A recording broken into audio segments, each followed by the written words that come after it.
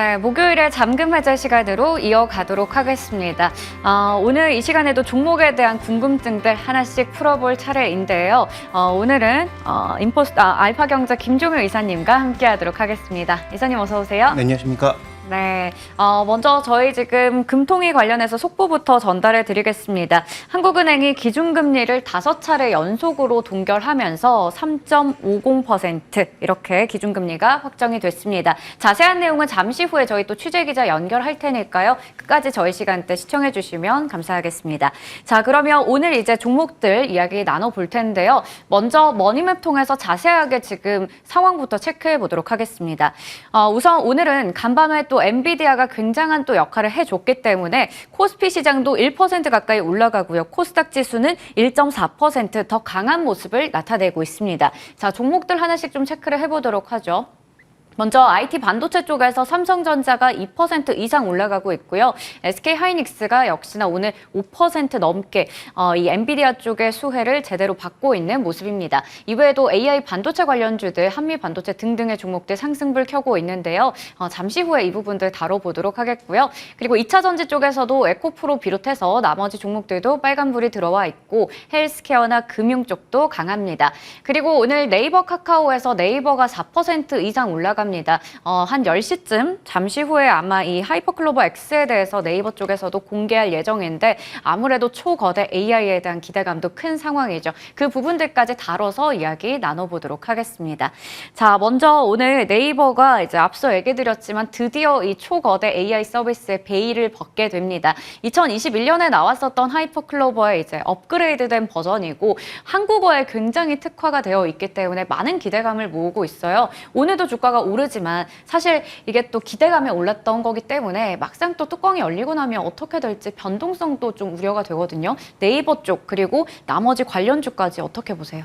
네, 일단 뭐 바드를 포함한 뭐 챗GPT-4까지 우리가 살펴보면 초반에 엄청난 기대감 몰리면서 시장에 관심을 끌었으나 최근 들어서는 뭐 전혀 얘기 없죠. 뭐 바드가 어떻게 됐는지도 잘 모르겠고 챗GPT-4 같은 경우에도 뭐 계속 이와 관련된 뭐 개발을 하신다든지 아니면 뭐 연관된 서비스를 고민하고 계신 분들이야 뭐 계속 뭐 검증하면서 새로운 것들을 연구하고 있겠지만 그전만큼의 그 강도는 아니라고 봐야 될 것 같습니다. 그래서 하이퍼엑스도 마찬가지죠. 뭐 이번에 발표해봐야 뭐 특별한 걸 내놓을 것 같지는 않고 뭐 최수연 대표가 뭐 직접 얘기한다고 해서 뭐 크게 달라질 것 같지도 않습니다. 이 AI라고 하는 것은 결국은 데이터 학습을 통해서 얼마만큼 능력을 보여주느냐, 서비스 능력을 보여주느냐가 관건이고 지금 대부분의 빅테크 업체들이 아직은 데이터를 모으는 중이고 그러다 보니까 엔비디아가 아직도 저렇게 강한 흥분도와 강한 실적을 나타내고 있는 것이니까 그런 관점에서 보면 그 이번에 클로버 X의 핵심 포인트는 여러 가지 네이버 서비스를 묶어서 언어 기반 혹은 AI 기반으로 다양하게 활용할 수 있는 정도, 즉 기존에 확보되어 있는 라인과 네이버의 영역을 잘 지켜줄 수 있는 정도의 능력만 발휘해도 저는 뭐 대단한 것이다라고 판단하고 있고요. 그다음에 글로벌 업체와의 전반적인 싸움은 좀 더 뭐 시간이 필요한 그런 측면이 있다라고 봐야 되기 때문에 이 기대감만으로 네이버를 긍정적으로 보기엔 쉽지 않다. 그리고 시간이 필요하다라는 관점에서 접근이 필요해 보입니다. 그래서 중장기적으로는 여전히 좋게 보고 있으나 일단 나올 만한 재료는 그럼 다 나왔다라는 거죠. 그러면 다시 또 3분기 실적으로 귀결될 수밖에 없기 때문에 실적이 뭐 급격하게 올라가는 그런 양상이 아니라면 저는 뭐 네이버는 오늘은 재료 노출과 관련된 부분에 대비하는 것이 좀 더 좋겠다 이렇게 말씀드리고 싶습니다. 네, 그간이 기대감 때문에 많이 올라왔었기 때문에 오늘 또 뉴스가 나온다면 그 부분에 대해서는 우리가 이제 재료 노출 관점에서 봐야 될 것 같고요. 3분기 실적에 대해서 더욱더 우리가 주목할 필요가 있을 것 같습니다. 자, 개장 특징주들 알아봤고요. 오늘 첫 번째 잠금 해제 종목부터 풀어보도록 하겠습니다. 첫 번째 종목은 앞서 머니맵에서도 얘기드렸던 한미 반도체가 될 텐데요. 내가 진정한 대장주다. 예전에 한미 반도체가 뭐 10,000원대 이럴 때 우리가 가끔씩 봤었는데 이게 이제 대장주가 됐습니다. 계속해서 최고가 부근에서 움직이고 있잖아요. 첫 번째 투자 포인트 열어보겠습니다. 먼저 엔비디아 수혜주. 오늘 굉장히 이 엔비디아 관련해서 AI 반도체주들이 잘 가고 있잖아요. 그중에서도 아무래도 대장주잖아요. 그렇죠. 뭐 반도체 중에서 거의 유일하게 신고가를 놓치지 않는 그런 종목이라고 봐야 되겠죠. 그다음에 뭐 밸류도 싸지 않은 종목인데 계속 강세를 보일 수 있는 핵심 포인트가 무엇이냐부터 점검이 필요한데요.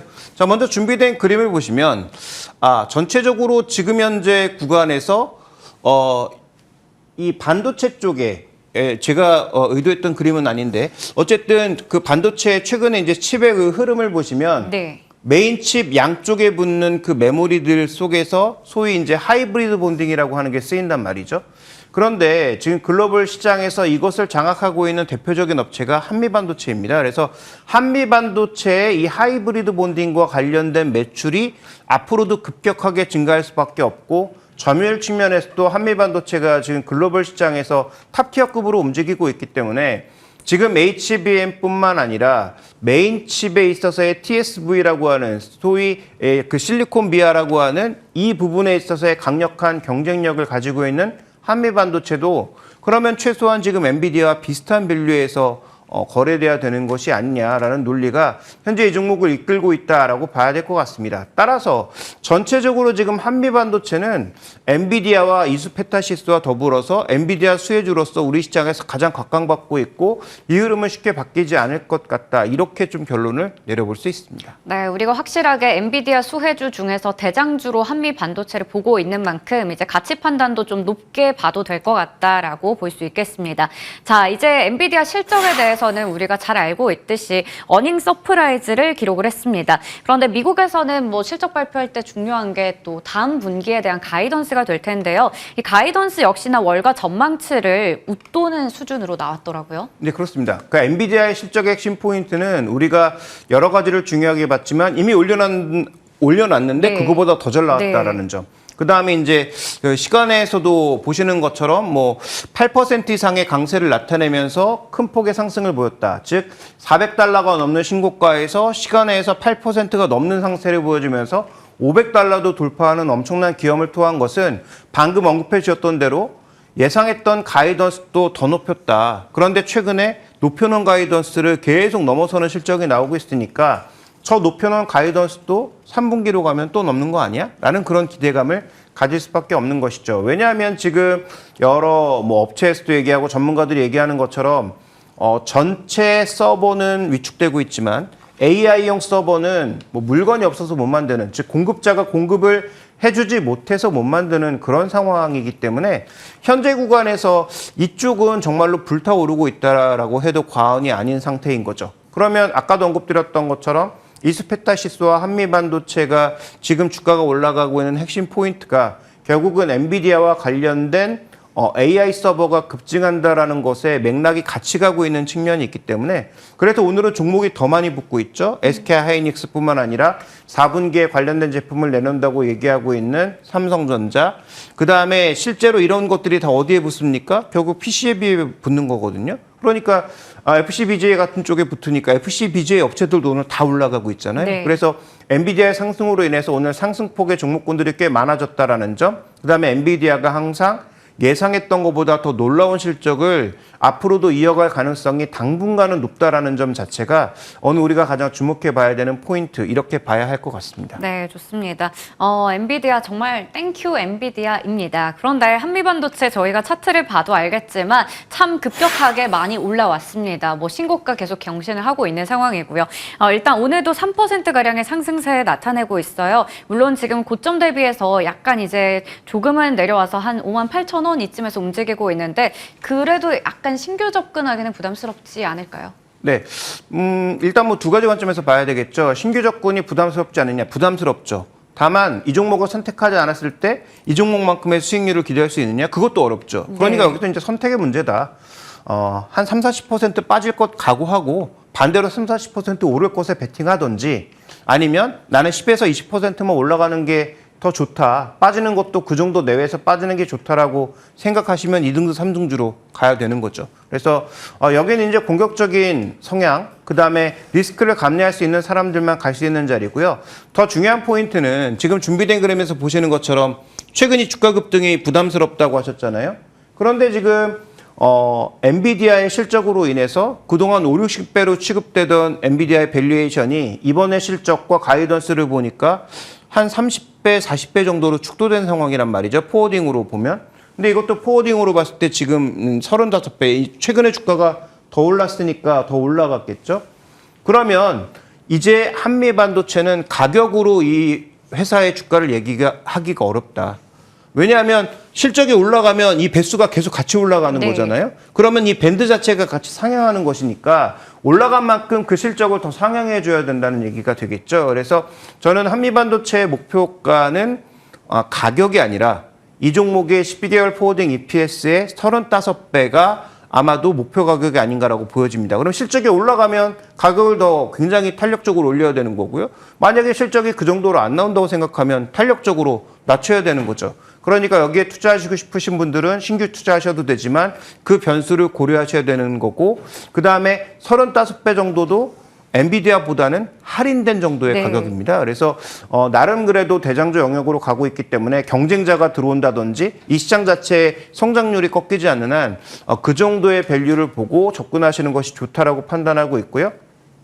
그럼 지난번에 말씀드렸던 이오테크닉스 같은 경우에는 이거보단 조금 낮춰서 한 30배 정도의 밸류를 보고 계속 접근하시는 것이 더 효율적인 전략이 아닌가 이렇게 판단하고 있습니다. 네, 저희가 수치로 목표 주가를 계산하기보다는 이제 일단은 밸류적인 측면에서 얘기를 주셨습니다. 35배 정도 이렇게 체크해 봤습니다.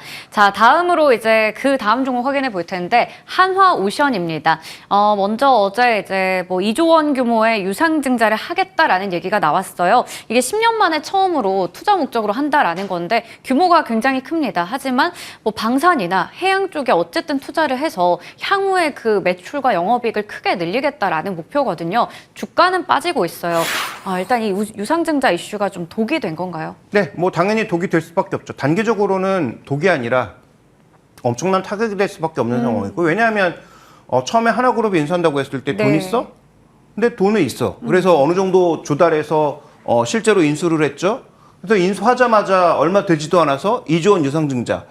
그러면 우리가 생각해 볼 수 있는 것은 인수금융 말고 돈이 없었네. 인수금융도 억지로 여기저기서 다 끌어온 거네. 라는 생각을 할 수밖에 없는 거죠. 두 번째, 물량이 생각보다 굉장히 많습니다. 준비된 그림 보시면 지금 발행 주식수, 그다음에 발행 예정 가액, 이런 것들 살펴봤을 때 EPS를 무려 40%나 희석시키는 그 정도의 물량이란 말이죠. 그래서 전체적으로 지금 굉장히 많은 부담을 줄 수밖에 없는 대규모의 유상증자가 아무리 향후 그림을 좋게 만든다고 해도 마진율이 높지 않은 해당 업체 입장에서는 뭐 부담스러울 수밖에 없죠. 그래서 자본 총계 자체가 굉장히 크게 늘어난다. 부채 비율이 감소하는 효과는 있지만 지금 금리가 높아지는 상황에서 뭐 부채 비율 이 정도의 감소가 과연 의미 있는 것인지에 대한 판단도 좀 필요하고요. 물론 이 부채의 상당수가 저리로 받는 것이기 때문에 뭐 금융 비용 부담은 상대적으로 적다고는 하지만 어쨌든 이 주주가치 희석을 어떻게 볼 거냐. 그다음에 지금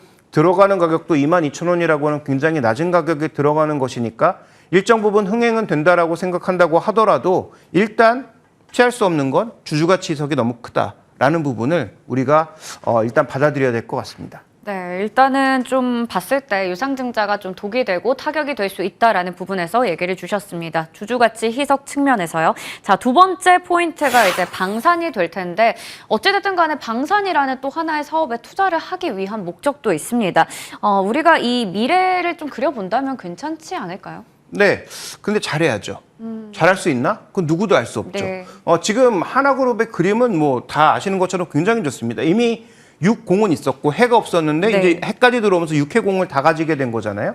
거기다 하나 시스템이라고 하는 소위 이제 IT 시스템 업체까지 가지고 있으니까 이 전체를 통합하는 하나의 그림을 만들면 뭐 장갑차, 뭐 탱크, 그다음에 뭐 배, 잠수함, 거기다가 이제 하늘을 나르는 뭐 공격기까지 굉장히 다양한 전체적인 시스템을 갖출 수 있다라는 측면에서 긍정적이고요. 그다음에 뭐 준비된 그림에서 보시는 것처럼 일단 뭐 방산 부분뿐만 아니라 뭐 풍력이라든지 여러 가지 신사업을 늘려가겠다라고 한 건데 이거 잘해야 됩니다. 그런데 하나그룹이 그동안 사업을 해온 것을 보면 뭐 M&A를 통한 영역 확장은 굉장히 잘해왔는데 마진율 측면에서 지금까지 잘해왔는가를 반추해보면 그렇게까지 좋은 성적인지는 저는 잘 모르겠습니다. 그래서 이 부분은 어쨌든 새로운 걸 투자한다라는 것은 긍정적으로 볼 수 있으나 하나그룹의 경영 능력과 앞으로 잘할 수 있는가에 대해서는 그 누구도 예스라고 100% 대답할 수 없는 그런 국면이니까 이제부터 그러면 가치 해석은 피할 수 없고 앞으로 잘할 수 있는지는 확인해 봐야 되는 측면이 있다는 것이죠. 자, 그런 차원에서 저는 굉장히 중립적인 관점에서 하나오션의 2조 증자를 생각해 봐야 된다. 이렇게 좀 평가하고 있습니다. 네, 좋습니다. 방산 부문에 대해서도 좀 체크를 해봤어요. 아무래도 이제 우리가 지금 중장기적으로 보는 전망, 이게 수치로, 성과로 잘 증명이 돼야 될 것 같습니다. 자, 그러면 이제 마지막으로 지금 상황에 대해서 증권가에서 어떻게 보고 있는지 얘기 나눠볼 텐데요. 증권가에서 목표 주가 줄줄이 내리는 쪽도 있고요. 그래도 길게 봤을 때 뭐 괜찮을 거다라는 쪽도 있어요. 어떻게 보세요? 네, 일단 뭐 PER 뭐 의미 없고요. PBR 측면에서도 지금 최근에 주가가 너무 급등한 상태에서 갑자기 증자 이슈가 나온 거기 때문에 단기적인 주가 하락은 피할 수 없다라고 이미 말씀을 드렸고 여기에 이제 주주가치 이석이 또 크게 나타날 것이니까 밴드도 크게 변해야 되겠죠.